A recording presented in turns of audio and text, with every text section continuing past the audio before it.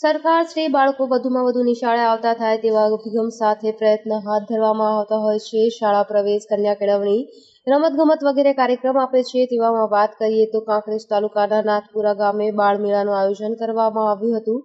આ બાળ મેળામાં નાના બાળકોમાં પડેલી શક્તિ બહાર આવતી દેખાઈ હતી.